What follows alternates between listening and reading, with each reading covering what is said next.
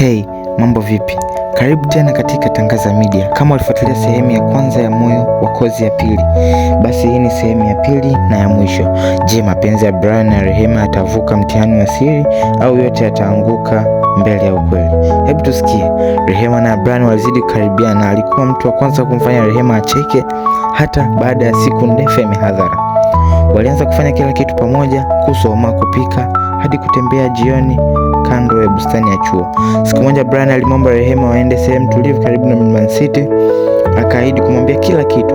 Rehema akiwa na moyo mweupe alikubali. Hakujua kuwa kilichokuwa kinakuja kingabadili moyo wake mazima na milele.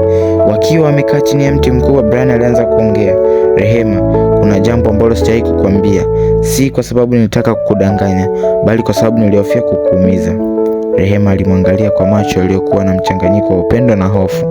Brian aliendelea, miaka miwili iliyopita nilikuwa katika mahusiano na msichana mmoja hapa chuoni. Tulipendana sana, lakini nilimtelekeza ghafla baada ya kupata mimba.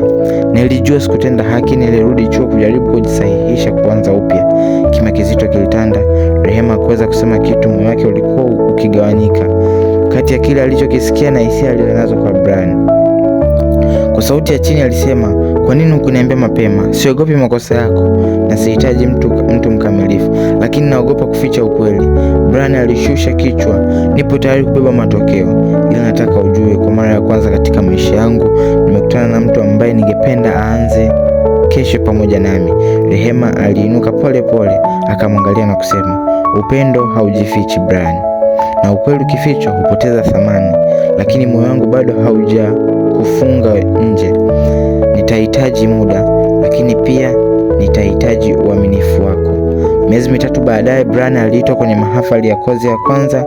Akawa mtu wa mwisho kutoka katika kozi ya pili kupita kwa bidii.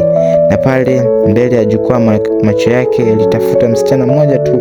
Rehema alikuwepo, akiwa amevaa kitenge cheupe na tabasamu. Walikumbatiana kimya kimya, kwa heshima na matumaini. Hakukuwa na maneno mengi, lakini moyo wao ulikuwa umeshafunga ukurasa wa awali na kufungua mwingine mpya wa kuaminiana. Asante kwa kufuatilia sehemu zote mbili za Moyo wa Kozi ya pili, hadithi ya mapenzi, msamaha na kukua. Usisahau kusubscribe, kushare, kuandika maoni yako hapo chini.